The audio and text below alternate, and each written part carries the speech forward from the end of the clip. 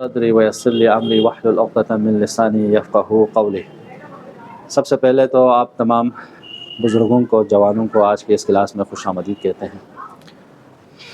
انشاءاللہ امید کرتے ہیں کہ آج کا یہ ٹاپک بھی ہم سب کے لیے مفید رہے، جو آدھا گھنٹہ ایک گھنٹہ جو ہم سب یہاں مل کر کچھ چیز سمجھنے کی کوشش کریں گے۔ آواز تو صاف آ رہی ہے نا؟ زیادہ تیز بولنے کی ضرورت؟ میں سب سے پہلے تو شکر گزار ہوں یہاں کے خود اس مسجد کے جتنے بھی انچارج ہیں یا جتنے ان کی ٹیم ہیں، ان کا شکریہ ادا کرتا ہوں، اور ساتھ ساتھ میں آپ مومنین کا کہ ان کلاسز کو استقبال کرتے ہوئے ان جوانوں کی حوصلہ افزائی کی آپ لوگ بھی یہاں تشریف لائے۔ جیسے کہ میں نے گزشتہ کلاس میں بھی آپ لوگوں کی خدمت میں عرض کیا تھا کہ ہم لوگ یہاں پہ صرف ون وے نہیں ہوگا کہ ایک نفر آ کے سنا کے چلے جائیں، بلکہ کوشش کریں گے کہ ایک ڈسکس شکل اختیار کریں کہ آپ لوگ بھی جو آپ کی سمجھ میں آئے، جو آپ لوگ آپ تک سمجھتے تھے، اس کے حساب سے ان ٹاپک کو کیا کرنے کی کوشش کریں گے، سمجھنے کی کوشش کریں گے۔ اس لیے کہ مولا علی علیہ الصلوۃ والسلام فرماتے ہیں، صلوات پڑھیں محمد، تضارب الآراء بعضها ببعض لکی یتولد منها الصواب۔ مولا فرماتے ہیں آپ ایک دوسرے کے رائے کو ایک دوسرے سے ٹکراؤ، کھنگالو۔ جب آپ مختلف رائے کو، مختلف نظریات کو ایک دوسرے کے ساتھ ڈسکس کریں گے تو مولا فرماتے ہیں اس کے ذریعے تم صحیح نتیجے تک پہنچ سکتے ہو۔ صرف اپنی سوچ کو لے کر، اپنی فکر کو لے کر اب ایک ڈکٹیٹرشپ کی طرح چلنے چاہو تو وہ چیز کامیاب نہیں ہوگی۔ خیر، چونکہ میں کلاس کو شکل دینا چاہتا ہوں تاکہ ہم لوگ ایک چیپٹر وائز ایک مرحلے تک پہنچے، چونکہ ایک دم سے بہت سی چیزوں کو ہم جمع نہیں کر سکتے۔ جیسے کہ گزشتہ کلاس میں صرف ہم لوگوں نے ایک عمومی ڈسکس کے طور پر رکھ دیا تھا، لیکن آج سے ہم لوگ ایک سلیبس وائز چلیں گے، یعنی آج کی کلاس میں کچھ پوائنٹ سیکھیں گے، نیکسٹ کلاس میں کچھ پوائنٹ کی طرف جائیں گے، تاکہ اسے آپ لوگوں کو بھی پتہ چلے گا کہ نیکسٹ کلاس میں ہم اس ٹاپک پہ پڑھنے جا رہے ہیں، تو آپ لوگ بھی کوئی سوال ہو، اس کو کامل کرنا چاہے، اس کلاس کو بہتر بنانا چاہے تو بیان کر سکے۔ چونکہ مجھے بتایا گیا کہ ہم کچھ بزرگان ایسے ہیں جو الحمدللہ کافی پڑھے لکھے ہیں، اور الحمدللہ اپنی زندگی میں انہوں نے کافی فیلڈ میں کام کیا ہے، ایجوکیشن فیلڈ میں اور دوسرے بخشوں میں انہوں نے کام کیا ہے۔ انشاءاللہ مولا ان کو سلامت رکھیں۔ صلوات پڑھتے محمد وعلی محمد پر۔ دیکھیں، ہم اور آپ یہاں پہ دین سیکھنے آئے ہیں، ٹاپک ہمارا دین ہے، اور چونکہ میں اپنے آپ کو ایک طالب علم سمجھتا ہوں تو اس حساب سے جو مجھ میں ہے وہ میں آپ کو دینا چاہوں گا۔ جو میرے پاس تھوڑی بہت اہل بیت علیہ السلام سے مانگی ہوئی کچھ بھی ہے تو میں آپ لوگوں کو اسے آپ کی خدمت میں پیش کرنا چاہوں گا۔ اور یہ ٹاپک اکثر ہم جوانوں کے مطابق لے کے آئے ہیں تاکہ بزرگان اس کو تصحیح کر سکیں انشاءاللہ۔ تو سب سے پہلا سوال ہم میں سے کوئی بھی انسان ہو وہ یہ ہوتا ہے کہ بھئی دین خود کیا چیز ہے، کس چیز کا نام ہے دین، ہے نا؟ جب ہم خود دین کو سمجھیں گے تبھی تو ہم اس دین کو کیا وہ ہمارے لیے ضروری ہے یا نہیں ہے۔ بھئی ہم اور آپ بازار میں جاتے ہیں، بہت سی چیزیں بازار میں ہیں، لیکن ان چیزوں کو اٹھاتے ہیں جو آپ اور میرے لیے مفید ہو، جو ہمارے جسم کے لیے، ہمارے روح کے لیے، ہمارے فیملی کے لیے یا ہمارے معاشرہ و جامعہ کے لیے جو چیز مفید ہے اسے آپ کیا کرتے ہیں، اس میں سے انتخاب کر کے لے آتے ہیں۔ ہر چیز کو تو آپ بازار سے نہیں خریدتے، بازار میں بہت ساری چیزیں ہوتی ہیں، بہت سے ڈپلیکیٹ ہیں، بہت سے اوریجنل ہیں، تو آپ ان میں سے صرف اوریجنل چیز کو حاصل کرنے کی کوشش کرتے ہو۔ تو یہاں پہ سب سے پہلے تو ہمیں دین سمجھنا ہوگا۔ دین کے بعد اتنے سارے دین ہیں، ان میں سے کون سا دین ہم کو چاہیے، یہ تو ہم اور آپ کو اگر خلاصے میں کہا جائے کہ دین کیا ہے تو دین کا معنی ہوتا ہے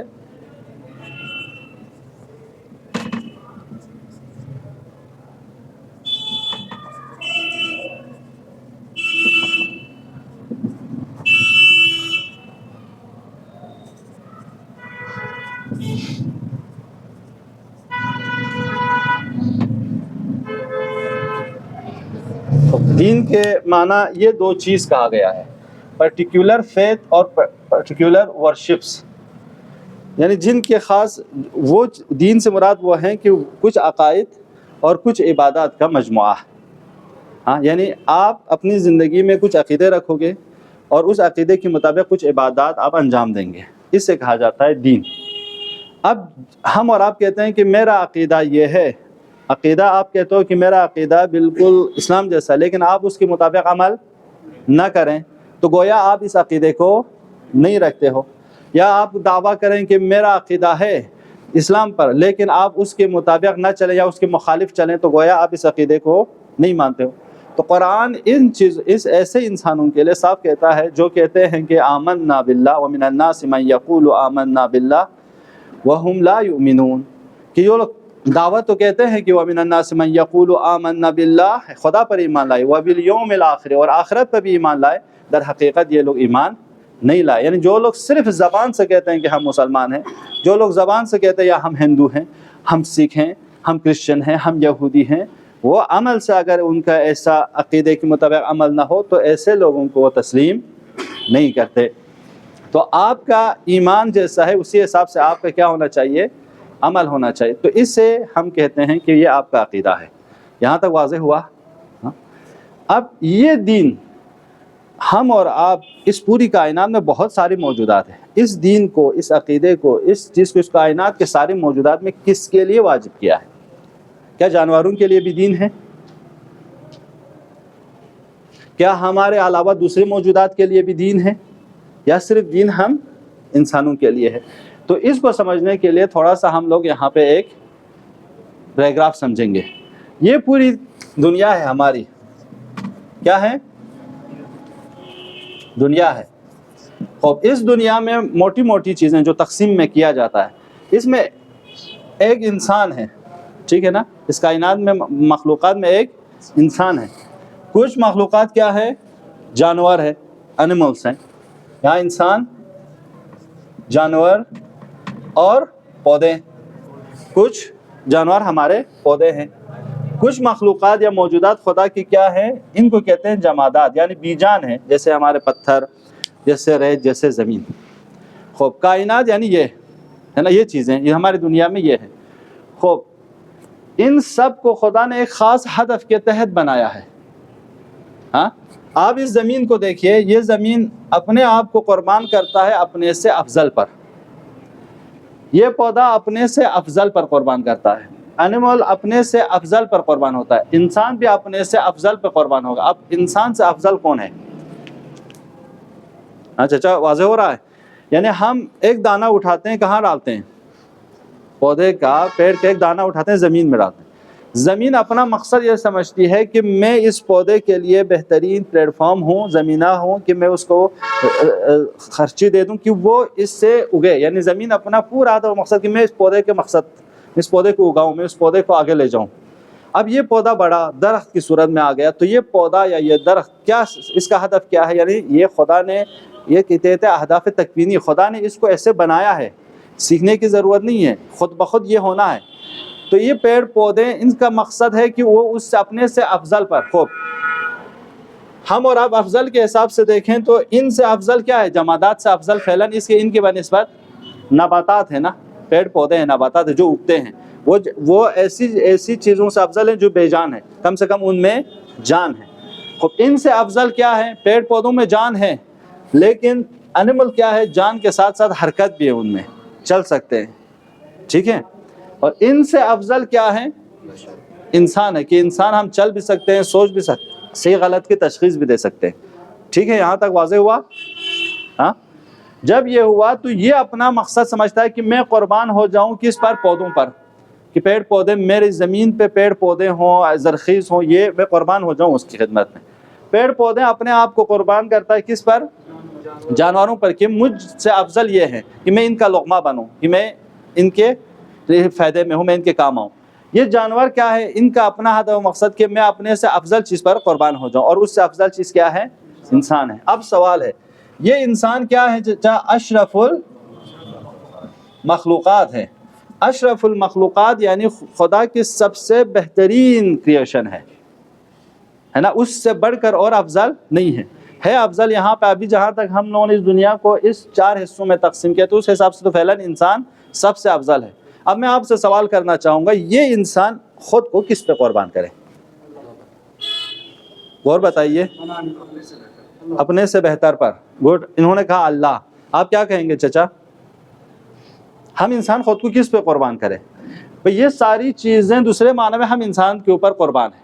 لہٰذا قرآن نے کیا کہا؟ اے انسان، میں نے پوری کائنات کو تمہارے لیے بنایا اور تجھے اپنے لیے بنایا. چچا کا جواب بالکل صحیح، یعنی ہم سے افضل، انسانوں سے افضل کوئی موجود ہے تو وہ کون ہے؟ خدا ہے. ٹھیک ہے نا، یہاں تک اگر انسانوں سے افضل کوئی موجود ہے وہ کیا ہے؟ خدا ہے، اور وہ خدا ہے، ٹھیک ہے۔ اگر ہم اور آپ اپنے آپ کو چاہتے ہیں قربان کریں تو کسی اور پہ نہ کریں بلکہ خدا کے لیے کریں۔ تو ہماری پڑھائی کس کے لیے ہوں؟ ہماری مجلسیں کس کے لیے ہوں؟ ہماری نمازیں کس کے لیے ہوں؟ ہمارا رزق کس کے لیے ہوں؟ ہم جو تربیت کرتے ہیں کس کے لیے ہوں؟ ہم صبح سے شام تک جتنے بھی کام ہو کس کے لیے کریں؟ خدا کے لیے کریں نا۔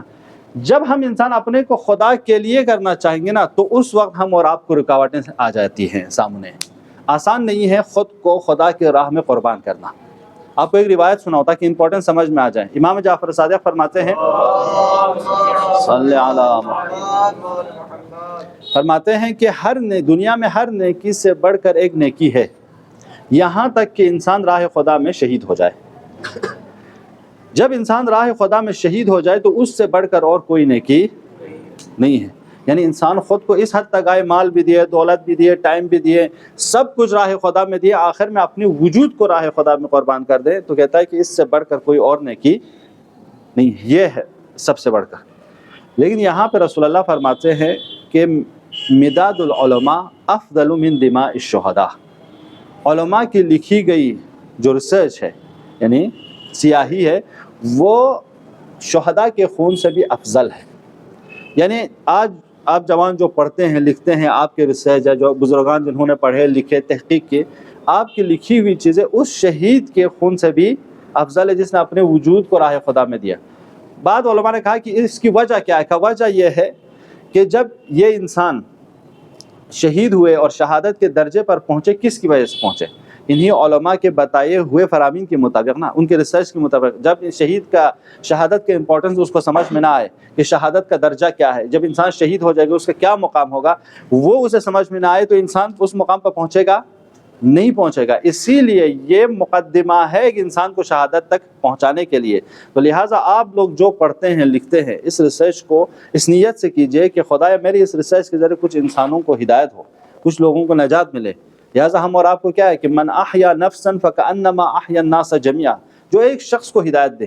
آپ پوری مسجد بھر کے پوری جمعیت زیادہ کی تلاش میں مت جائیے، آپ اپنے گھر میں اپنے بچے کو سدھاریے، آپ اپنے دوست کو، اپنے روم میٹ کو سدھاریے کہ بھائی میں تجھے یہ پیغام دے رہا ہوں۔ من احیا نفسا، قرآن کہتا ہے جو ایک نفس کو زندہ کرتا ہے فکأنما احیا الناس جميعا، گویا اس نے پوری کائنات کو زندہ کیا ہے۔ ومن قتل نفسا فکأنما قتل الناس جميعا، جس نے ایک شخص کو نقصان پہنچایا، اسے دین سے منحرف کر دیا، اسے مسجد سے دور کر دیا، اسے امام زمان سے دور کر دیا، گویا اس نے بہت سی قوم کو یا بہت سے لوگوں کو، سارے انسانوں کو امام سے، دین سے دور کیا ہے۔ تو آپ ذریعہ بنائیے لوگوں کو امام سے نزدیک کرنے کے لیے، لوگوں کو مسجد سے نزدیک کرنے کے لیے، لوگوں کو دین سے، علماء سے نزدیک کرنے کے لیے آپ سبب بنیے۔ یہ نہ بنیے کہ آپ دیکھیں یہ آیت خود امریکہ کا بہت بڑا فوجی کمانڈر تھا، اسے یہ کہا گیا تھا کہ آپ جرمن میں یا اٹلی میں جائیں گے، فلانا مسجد کو اڑا دیں گے، اس کے ڈاکومنٹری بنی ہوئی ہے۔ اس مسجد کو آپ کا کام یہ ہے، آپ فوجی کمانڈر ہو، آپ کی ڈیوٹی یہ ہے کہ آپ کچھ دنوں کے لیے وہاں جاؤ گے، وہاں پہ اس مسجد کو، جو شاندار مسجد بنی ہوئی ہے اور اس کی وجہ سے بہت سے لوگوں کو دین پھیل رہا ہے، اس کو ختم کرنا ہے، اس میں بم ڈال دینا ہے یا اس کو ختم کرنا ہے۔ وہ شخص آتا ہے امریکہ سے اٹھ کے آتا ہے کہاں؟ اٹلی یا جرمن میں، ایک ان دونوں میں سے ایک جگہ۔ جب وہ آتا ہے تو کہتا ہے یار میرا کام یہ ہے، مجھے ایک پروجیکٹ دیا گیا ہے کہ مجھے اس مسجد کو اور اس مسجد میں لوگ جو آتے ہیں ان کو اس کو ختم کرنا ہے، ٹھیک ہے؟ میں پہلے جاننا چاہوں گا یہ لوگ کرتے کیا ہیں اس میں جا کے، پھر مجھے ختم ہی تو کرنا ہے۔ وہ آتا ہے مسجد میں، آنے کے بعد سب لوگ نماز، کوئی نماز میں کوئی قرآن پڑھ رہا ہوتا ہے، تو ایک دفعہ کہتے ہیں یہ لوگ کیا کر رہے ہیں؟ کہا یہ نماز پڑھ رہے ہیں۔ کہا نماز کیا ہوتا ہے؟ کہا یہ چیز سمجھا دیا اس نے۔ اس کے بعد کوئی کتاب پڑھ رہا ہوتا ہے قرآن، تو کہتے ہیں یہ آپ کیا پڑھ رہے ہو؟ کہا یہ قرآن ہے، کتاب ہے۔ کہا میں پڑھ سکتا ہوں؟ نہ کیوں نہیں، آپ بھی پڑھ لیجئے۔ وہ شخص پہنچتا ہے اس آیت پر، قرآن کے پڑھتے پڑھتے کہاں پہنچتا ہے؟ وہ اس آیت پر، من قتل نفسا فکأنما قتل الناس جميعا۔ دیکھیں خدا قرآن کبھی کہ ہم لوگوں کو ہمیشہ کیوں کہتے ہیں قرآن پڑھتے رہیے؟ قرآن کی ایک آیت کافی ہے، اگر ہم اور آپ دل سے اس یقین کے ساتھ پڑھے کہ خدا مجھے اس قرآن کے ذریعے ہدایت دے گا، ایک آیت کافی ہے انسان کو پلٹانے کے لیے، انسان کو اپنے ہدف و مقصد سے اور برے چیزوں سے بری نیتوں سے دور کرنے کے لیے ایک آیت کافی ہے۔ تو یہ شخص جتنا بڑا کمانڈر، اس ایک آیت نے اسے سدھارا کہ جب اسے پتہ چلا من قتل نفسا فکأنما قتل الناس جميعا، جو ایک شخص کو قتل کرے گویا اس نے سب کو قتل کیا ہے، تو وہ رک جاتا ہے۔ وہ کہتا ہے کیا اس قرآن کو مجھے کوئی سمجھا سکتا ہے؟ پھر وہاں کے مولانا جو بھی تھے انہوں نے ان کو سمجھانا شروع کیا۔ آج یہ شخص امریکہ میں اسلامک سینٹر یعنی دوسروں کو دعوت دینے میں، جس نے خود اسلام سیکھے ایک آیت نے، اب وہ دوسروں کو تبلیغ کرتا ہے کہ اسلام کیا ہے، پروموٹ کرتا ہے اسلام، ایک آیت زندہ کرتا ہے۔ کبھی ہم اور آپ اپنے دل کو تیار رکھیے، ایسا نہ ہو کہ قرآن ہمارے گھر کے تخشوں میں رہ جائے۔ آج ہم اور آپ کو دشمن جو ہمیں ختم کرنا آئے وہ اس قرآن کے ذریعے ہدایت پائے، اور ہم اور آپ اس مسجد میں آتے ہوئے قرآن ہوتے ہوئے ان سے، ان کے معارف سے دور ہوں، یہ ہمارے اور آپ کے لیے شایع نشان نہیں ہے، ایک مولا کے چاہنے والے کے لیے شایع نشان نہیں ہے۔ تو لہٰذا ہم اور آپ کوشش یہ کیجئے کہ کم سے کم جب قرآن پڑھے، ایک تو روزانہ قرآن پڑھنے کی عادت، چونکہ امام جعفر الصادق امام فرماتے ہیں کہ روزانہ کم سے کم 20 آیتوں کی تلاوت کریں۔ ایک شخص، ایک مومن کی روٹین ہونی چاہیے کہ وہ روزانہ 20 آیتوں کی تلاوت کرے۔ اور امام فرماتے ہیں کہ ہمارا کوئی شیعہ ہو اور وہ ان دو حالت سے خارج ہو، یا وہ سیکھ رہا ہو یا وہ سکھا رہا ہو، ان دو حالت سے اگر وہ خارج ہو تو میں اسے تنبیہ کروں گا، میں اسے کیا کروں گا؟ تنبیہ کروں گا۔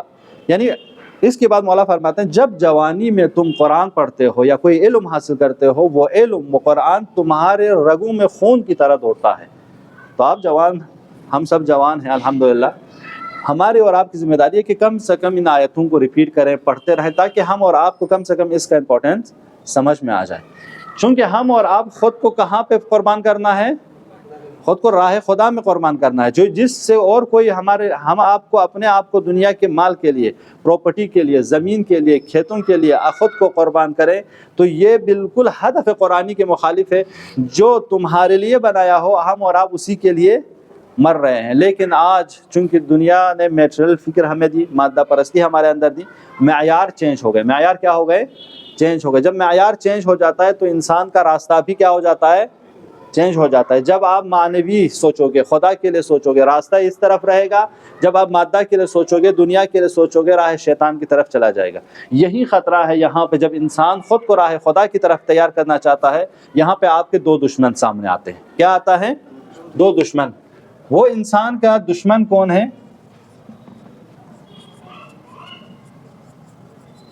دشمن دو ہیں، ایک نفس، دوسرا شیطان۔ ایک خود انسان کا نفس، دوسرا، بس اس پہ میں تھوڑا سا زحمت تمام کرنا چاہوں گا، اس پہ آپ لوگ اس کو تھوڑا سوچیں گے، چونکہ جب بھی ہم کوئی کار خیر کریں گے، ایک نفس جو ہمارے اندر ہے، ہم انسانوں کو دو بعدی ہیں، ہمارے پاس اگر خدا کی طرف چلے جائیں وہ ربانی صفت بھی موجود ہیں، اگر ہم شیطان کی طرف یا حیوانیت کی طرف چلے جائیں وہ صفت بھی موجود ہے۔ اس پوری دنیا میں آپ دیکھ لیجئے، جتنی درندگی، وحشت، ظلم و ستم انسانوں نے کی ہے، اتنا درندہ جانوروں نے نہیں کی ہے۔ یہ اتنا درندہ ہو جاتا ہے انسان جب ختم ہو۔ پہلی عالمی جنگ کس نے چھڑی؟ انسانوں نے۔ اور دوسری بات، ان عالمی جنگ کو چھیڑنے کے لیے، ظلم و ستم کرنے کے لیے جاہل نہیں چھڑتے، عالم چھڑتے ہیں۔ یہ بھی ہے، یعنی علم صحیح مقصد کے لیے استعمال نہ ہو، علم کے ساتھ آپ کا تزکیہ نفس نہ ہو، علم کے ساتھ آپ کا دین نہ ہو، تو وہ علم لوگوں کو قتل کرتا ہے، وہ علم لوگوں پہ ظلم کرتا ہے۔ آپ پڑھیے نا، ساری جنگیں پڑھیے، کسی جاہل نے شروع نہیں کیا ہے، سارے پڑھے لکھے لوگوں نے، سارے بڑے بڑے ذہن رکھنے والوں نے، بڑے بڑے لوبیز نے جنگیں شروع کیے، ختم کیے۔ تو ہم انسانوں کو ان چیزوں سے، ظلم سے نجات چاہتے ہیں۔ دو چیزیں ہیں کہ ایک تو اپنے نفس اور دوسرا اپنا شیطان، یعنی دو دشمن ہمارے کھلے ہیں، ٹھیک ہے؟ نفس اور شیطان ہمیشہ یہ دونوں کیا کہ جب بھی آپ کوئی کار خیر، مثلا آپ صدقہ نکالنا چاہیں، نفس کہے گی یار ختم ہو جائے گا، ہاں آپ کی عقل کہے گی نا یہ مددگار ہے، یہ ابھی حقدار ہے، آپ نے اپنی عقل کے مطابق فوراً کر لیا تو ٹھیک، نہیں تو نفس آپ کو کیا کرے گی؟ نفس امارہ آپ کو روکے گی۔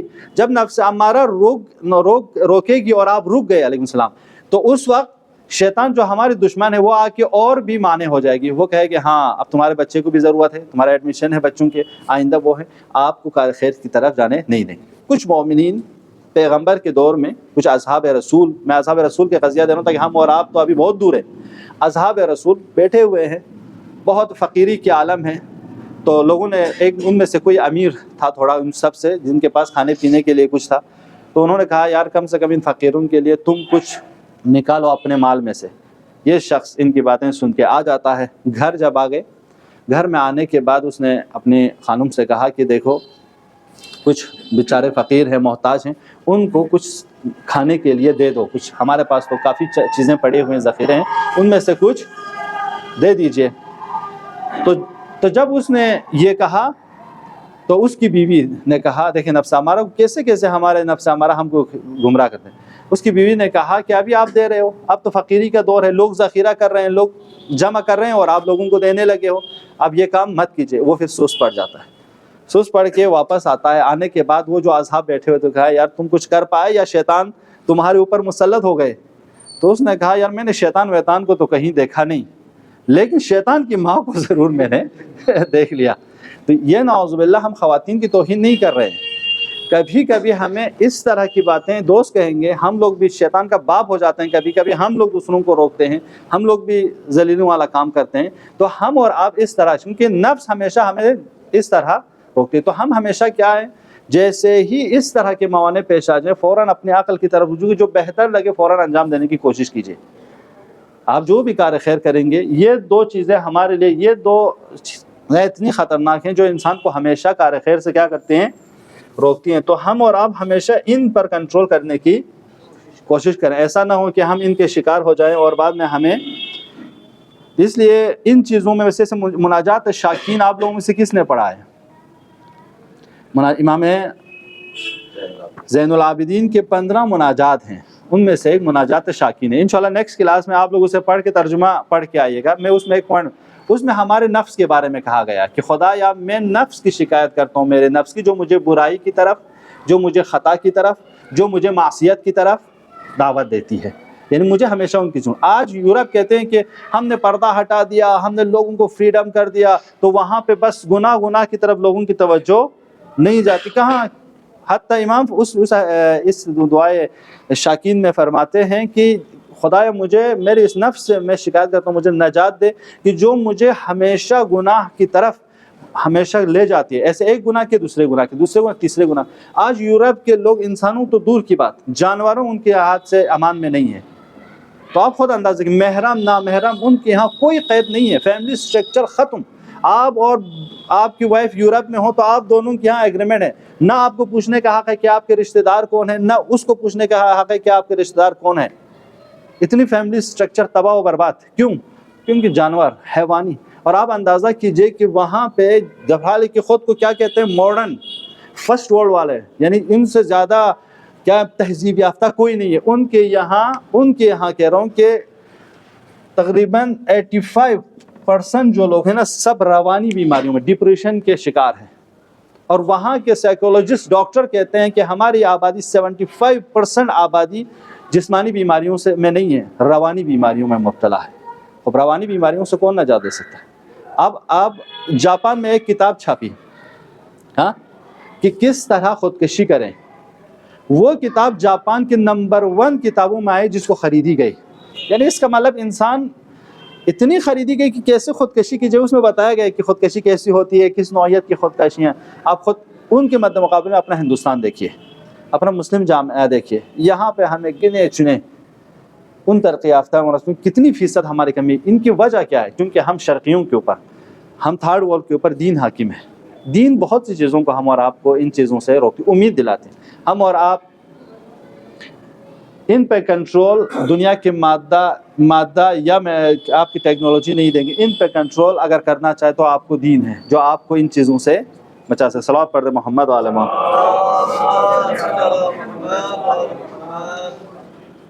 یہاں تک واضح ہوا؟ تھکے تو نہیں آپ لوگ؟ ہاں، کچھ اور بہتر کرنا چاہے تو آپ میں سے کر سکتے ہیں۔ السلام علیکم۔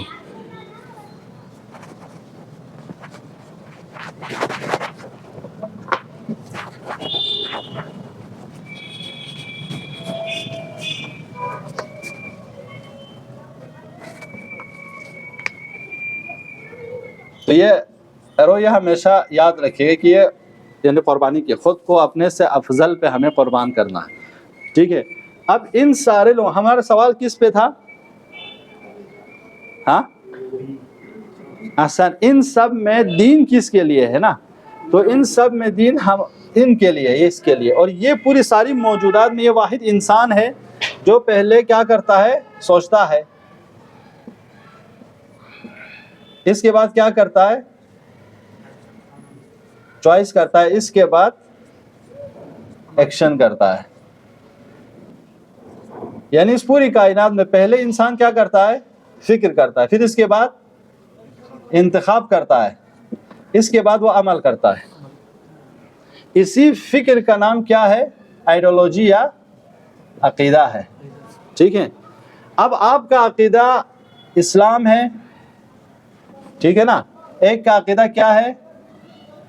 ہندو ہے مثلا، ہندوازم کے. ایک کیا ہے؟ سکھزم کے، کرسچن کے، وغیرہ وغیرہ. جتنے بھی دین ہیں وہ آپ نے کس میں پہلے کیا ہے؟ اس نے انتخاب کیا ہے. یہ فکر بہت مہم شے ہے. یعنی آپ نے اپنا عقیدہ بنایا کہ میں اسلام کے قانون کے مطابق چلوں گا. تو جب آپ عقیدہ بنائیں گے میں اسلام کے قانون کے مطابق چلیں گے، تو اسلام کے جو کچھ بتایا اس چیزوں کو انتخاب کریں گے، اس کے مطابق عمل کریں گے. اس میں کوئی شک ہے چچا؟ یعنی جیسی آپ کی فکر ہوگی ویسے ہی آپ زندگی کریں گے. آج ایک چیز آیا ان سب کے مد مقابل میں، ان کو کہتے ہیں کیا؟ ایتھیزم، ملحد یا الحاد. الحاد آج کے نیا دین ہے. یعنی آج کے دور میں الحاد ایک نیا دین ہے. یعنی یہ ایک فکر نہ. الحاد کہتے ہیں جو میں ہندو کو مانتا ہوں، نہ اسلام کو مانتا ہوں، نہ سکھ کو مانتا ہوں، نہ کرسچن کو، میں کسی دین کو نہیں مانتا. جسی دین کو نہ ماننا بھی یہ ایک ماننا ہوا یا نہیں ہوا؟ ہاں، کہا جاتا ہے کہ 25% ابھی یورپ کی آبادی میں 25% کس کی ہے؟ ملحدین کی ہے، ایتھسٹ کی ہے. ٹھیک ہے.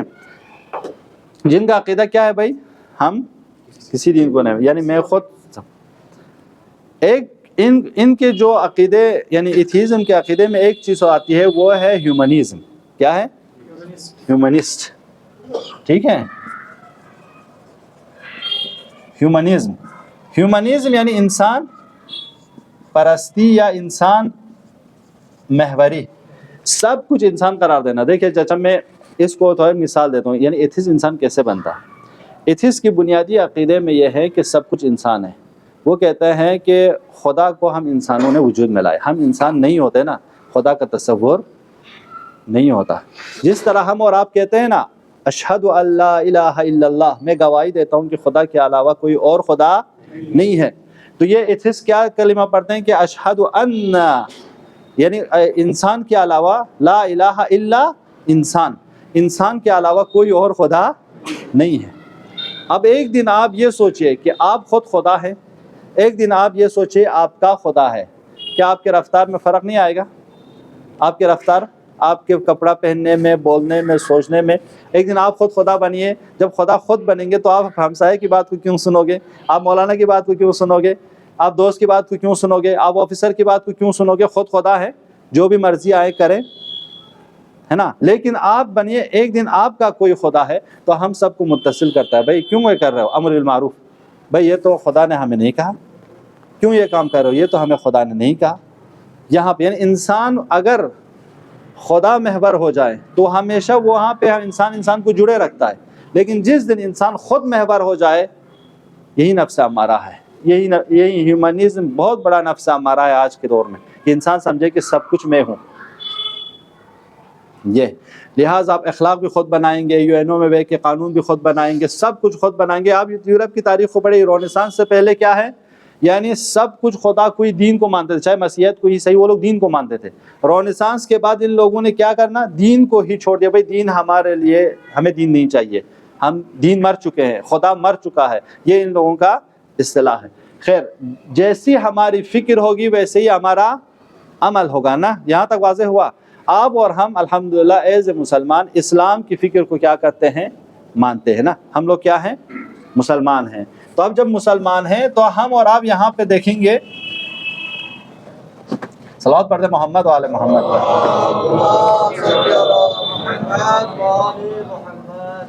بس اس پہ میں ختم کرنا چاہوں گا، چونکہ اس کے بعد نیکسٹ کلاس اسی سے آگے جائیں گے. یہاں تک واضح ہوتا جا رہا ہے نا کہ بھائی کیسے کیسے ہم ہو سکتے. یہ اسلام ہے. اب ہم اور آپ بھائی مانتے ہیں بہت سارے دین ہیں، لیکن ہم اور آپ مسلمان ہیں، اسلام کو مانتے ہیں. اب کیا دلیل ہے، کیا پروف ہے، وہ ابھی نہیں پوچھنا، چونکہ جب ہم خود اسلام کو نہیں سمجھیں گے جبھی تو ہم پروف دے پائیں گے نا. لیکن کلی طور پر اب کوئی ہم سے پوچھے اسلام کیا ہے تو ہم اور آپ اس کو بتا سکیں. اسلام عقائد، ٹھیک ہے، اس کو بلیف کہہ دیجیے نا، بلیفس، رولس اینڈ مورل. عقیدہ، احکام اور اخلاق کا مجموعہ اسلام ہے. ہاں کیا ہے اسلام؟ عقائد، احکام اور اخلاق کا مجموعہ ہے. ہمارا عقیدہ کتنا ہے بتاؤ آپ لوگوں سے، کیا کیا ہے بتاؤ؟ نہیں، یہ تو اسلام کا مجموعہ ہو گیا. اسلام کا مجموعہ میں عقیدہ ہے، احکام ہے اور اخلاق ہے. تو ہمارا عقیدہ کیا ہے؟ مطلب اصول دین کیا ہے؟ عقیدہ مین اصول دین، دین کی جڑیں کیا کیا ہے بتائیے؟ توحید، عدل، نبوت، امامت، قیامت. یعنی آپ اپنی فکر کیسے بنا رہے ہیں؟ آپ فکر بنا رہے ہیں اس پوری کائنات پر. آپ پہلا آپ کی فکر بنے گی اس پوری کائنات کو کسی نے وجود میں لایا، وہ خالق ہے. اور وہ خالق دو ہے، ملین میں ہے، یا ہم انسان لوگوں نے خلق کیا، یا خود سے وجود میں آیا؟ آپ کیا عقیدہ رکھتے ہیں؟ خدا نے وجود میں لایا. اور وہ خدا کون ہے بھائی؟ دو ہیں یا ایک ہیں؟ جیسے زرتشت کہتے ہیں کہ ایک خیر کا خدا، ایک شر کا خدا، کیا ہم اس کو مانتے ہیں؟ یا ہندوؤں میں ہے کہ کئی خدا کو تسلیم کرتے ہیں، در حال کہ وہ نظری طور پر موحد ہیں، ایک کو مانتے ہیں، لیکن عملی طور پر کئی خداؤں کو وہ لوگ کیا کرتے ہیں؟ مانتے ہیں، پوجا کرتے ہیں. تو کیا ہمارا عقیدہ یہ ہے؟ تو پہلا ہمارا عقیدہ یہ ہے کہ ہم توحید کے قائل ہیں. یعنی ہم کہتے ہیں کہ ہمارا رازق، ہمارا کائنات کا ماننے والا، اس کائنات کو چلانے والا، وہ سب کیا ہے؟ ایک ہے، دو نہیں ہے. ہم علم بھی حاصل کریں گے ایک ہی خدا سے جو قادر ہے. تو ہم پہلے کیا مانتے ہیں؟ خدا کو ایک مانتے ہیں، بھائی اللہ ایک ہے. ٹھیک، یہ واضح ہوا. یعنی ہماری فکر دوسروں سے الگ ہو گئی. ہم کئی خداؤں کو نہیں مانتے، ہم دو خداؤں کو نہیں مانتے، بلکہ ہم کس کو مانتے ہیں؟ ایک خدا کو مانتے. اب آیا اس خدا نے اس پوری کائنات کو وجود میں لایا. تو ہم کیسے جانیں کہ اس خدا نے ہمارے لیے کیا دیا ہے، ہماری ہدایت کیا ہے؟ ہم انسان جان سکتے ہیں کیا خود سے؟ آپ بتائیے. وہ ہمیں خود خدا کی طرف سے کوئی آنا چاہیے جو ہمیں بتائیں کہ ہم نے تمہیں ہدایت کے لیے دین دیا ہے. ٹھیک ہے، کیوں ایسا ہے؟ اس لیے ہم کہتے ہیں کہ خدا عادل ہے. عادل ہے کہ خدا ہر چیز کو اپنی جگہ پہ رکھتا ہے. آپ کی آنکھ کو آپ کی آنکھ کی جگہ پہ ہے نا، کان کی جگہ پہ ہے. لیکن اگر خدا نخواست کسی کا کان ادھر آ جائے یا ادھر آ جائے تب سوال ہوتا ہے. یعنی عادل نہیں ہے. پوچھتا ہے بھائی کیا بات ہے؟ آپ کبھی جب انسان سالم ہو پوچھتے ہیں کہ آپ کیوں سالم ہیں، کیوں صحت مند ہو، ہاں کیوں اچھے ہو؟ کبھی نہیں پوچھتے. لیکن جیسے بیمار ہو جاتے پوچھتے ہیں بھائی کیا ہوا، کیا پرابلم ہے. یہ نقص ہے. عادل یعنی صحت رہنا، عادل یعنی سالم رہنا، عادل یعنی ہر چیز کو اپنی جگہ پہ رہنا. سورج کو سورج کی جگہ پہ، چاند کو چاند کی جگہ پہ. لہٰذا ہم اور آپ سورج نکل رہے ہو، چاند نکل رہے ہو، بارش آ رہی ہو تو کوئی سوال نہیں ہے. لیکن جیسے سورج گہن ہو جائے تھوڑا سا تو پوچھتے ہیں، یا دھوپ نکلنی تھی دھوپ نہ نکلے پوچھتے ہیں. نقص، تھوڑی سی رکاوٹ آ جائے فوراً انسان کا سوال ہوتا ہے. یہ انسان کی فطری چیز. تو اس کا مطلب اس پوری کائنات کو خدا نے عدل پہ بنایا ہے. کائنات کو خدا نے عدل پہ. عدل کا تقاضا یہ ہے، یعنی اگر خدا کو عدل کا تقاضا یہ ہے کہ ہم اور آپ کو جو پرفیکٹ بنایا ہے اس کو محفوظ رکھنے کے لیے قانون دیں، ہے نا. اب وہ قانون کون دے گا بھائی؟ وہ قانون ہمیں نبی دے گا. یعنی یہ خدا ہمیں بتائیں کہ میں نے تمہارے لیے نبی بھیج رہا ہوں، اپنا جانشین بنا کے بھیج رہا ہوں، ان کی تعلیمات پر آپ لوگ کیا کریں؟ عمل کریں. تو سب سے پہلا انسان اسلام کے عقیدے کے مطابق کون ہے؟ حضرت آدم. حضرت آدم کون ہے؟ نبی. یعنی خدا یہ کہہ رہا ہے کہ مجھے گوارا نہیں. جب آپ خدا نخواست حضرت پہلے انسانوں کو خلق کرتا، پھر اس کے بعد نبی کو بھیجتا، تو گمراہ ہونے والے انسان کیا کہہ سکتے تھے؟ چچا کہہ سکتے خدا ہمیں تو کوئی بتانے والا دیا نہیں، اب آپ مجھے سزا دے رہے ہو. پہلے بتانے والا کسی کو مجھے بھیجیے، اگر اس کے مطابق نہ چلیں آج ہم سزا کے مستحق ہوں گے. تو خدا نے قانون میں بنایا کہ میں پہلا انسان کو بھی نبی بنا کے دیکھوں گا کہ آخری انسان جو آخری حجت جو ہوں گے وہ بھی کیا ہوں گے؟ وہ بھی خدا کا جانشین ہوگا. اس لیے ہم ان کو روایت میں ہے کہ اس پوری کائنات میں سب لوگ مر جائیں لیکن صرف 2 لوگ ہی رہ جائیں، ان میں سے ایک حجت خدا ہوگا. ٹھیک ہے، یعنی کبھی بھی زمین حجت خدا سے خالی نہیں رہے گی، خدا کے ہادی سے جانشین سے خالی نہیں رہے گی. اس کا مطلب یہ ہے کہ ہمیں نبی چاہیے. بھائی نبی میں ہم 2 ڈسکس کرتے ہیں، نبوت عامہ، نبوت خاصہ. نبوت عامہ یعنی سارے نبیوں کے بارے میں ہم پڑھیں گے انشاءاللہ. نبوت خاصہ یعنی ہم صرف پیغمبر کے بارے میں پڑھیں گے جو ہمارے نبی ہیں. صلوات پڑھتے ہوں.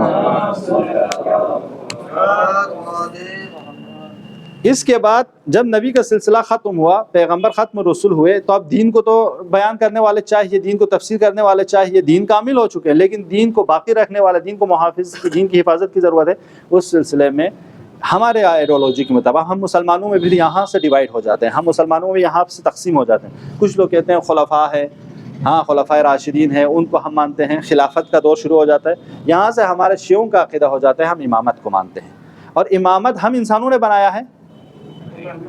ہاں امامت بھی ہم انسانوں کے، انتخاب ہمارے اختیار میں نہیں ہے، منصوص من اللہ ہے، یعنی خدا نے انہیں انتخاب کر کے دیا ہے. ہم صرف ان کے باتوں پر عمل کرتے ہیں. ہمارے اور آپ کی ذمہ داری کیا ہے؟ ان کے فرامین پر عمل کرنا. خوب، جب ہم اس فکر کے مطابق چلے اور کل قیامت آ گئی، کل قیامت آ گئی تو ہم اور آپ سے خطاب لیا جائے گا. تو پہلا سوال کیا ہوگا؟ من ربک، بھئی آپ کا خدا کون ہے؟ نہیں ہے آپ کس پوزیشن میں ہو. آپ آفیسر تھے، آپ گریجویٹ تھے، پوسٹ گریجویٹ تھے، پی ایچ ڈی اسکالر تھے، پولیس تھے، آفیسر تھے؟ نہیں بھئی، من ربک. کوئی خدا تھا اپنی زندگی میں، یا بغیر خدا کے خود کو خدا بنائے چل رہے تھے؟ کسی کو خدا مان کے اس کے فرمان کے تحت چلتے تھے؟ من ربک پہلے، اس کے بعد من دینک، تیرا دین کیا تھا، من نبیک، من امامک، سب ہم اور آپ سے پوچھا جائے گا. ٹھیک ہے نا، قیامت میں. تو لہٰذا قیامت میں اگر ہم ان کے مطابق چلے تو ہم اور آپ کیا ہیں؟ جنتی ہیں. اگر ان کے فرامین کے مطابق نہیں ہے، ہم اور آپ کیا ہیں؟ جہنمی ہیں. اور ہم اور آپ نابود ہونے کے لیے نہیں آئے. لہٰذا جو جنت میں جائیں گے، کیا ہے قرآن کی آیت؟ جو جنت میں جائیں گے خالدین فیہا، وہ ہمیشہ جنت میں رہیں گے. جو جہنم میں جائیں گے خالدین فیہا، وہ ہمیشہ جہنم میں رہیں گے. تو لہٰذا معصومین فرماتے ہیں کہ خود کو تیار کرو آخرت کے سفر کے لیے. بس اس پہ ختم کروں گا آپ لوگوں کی، کہ جس طرح ہم دنیا میں سفر کے لیے 1 دن 2 دن کے سفر کے لیے جاتے ہیں تو زیادہ توشہ جمع کرتے ہو، آخرت کے اس کٹھن سفر کے لیے خود کو تیار کرو. اور آخرت کے سفر کے لیے یہی کلاسز، یہ مجالسیں، یہ صدقات، یہ جو ہم غریب غربا، یتیم، فقراء کو دیکھتے ہیں، ان سب کے یہ سب ہے ذخیرے آخرت. کل ہمارے اس سفر میں ہم اور آپ کو یہ ساری چیزیں کام آنے والی ہیں. امید کرتے ہیں انشاءاللہ آج کا یہ مختصر کلاس بھی آپ سب کے لیے مفید رہے. آپ سب کا شکریہ کہ اتنے دیر تک یہاں رہے، سنیں. انشاءاللہ بارگاہ الہی میں خود اور دعا کرتے ہیں کہ پروردگارہ ہم سب کو دین سیکھنے کی اور اس پر عمل کرنے کی توفیق عطا فرمائے. السلام علیکم ورحمۃ اللہ وبرکاتہ.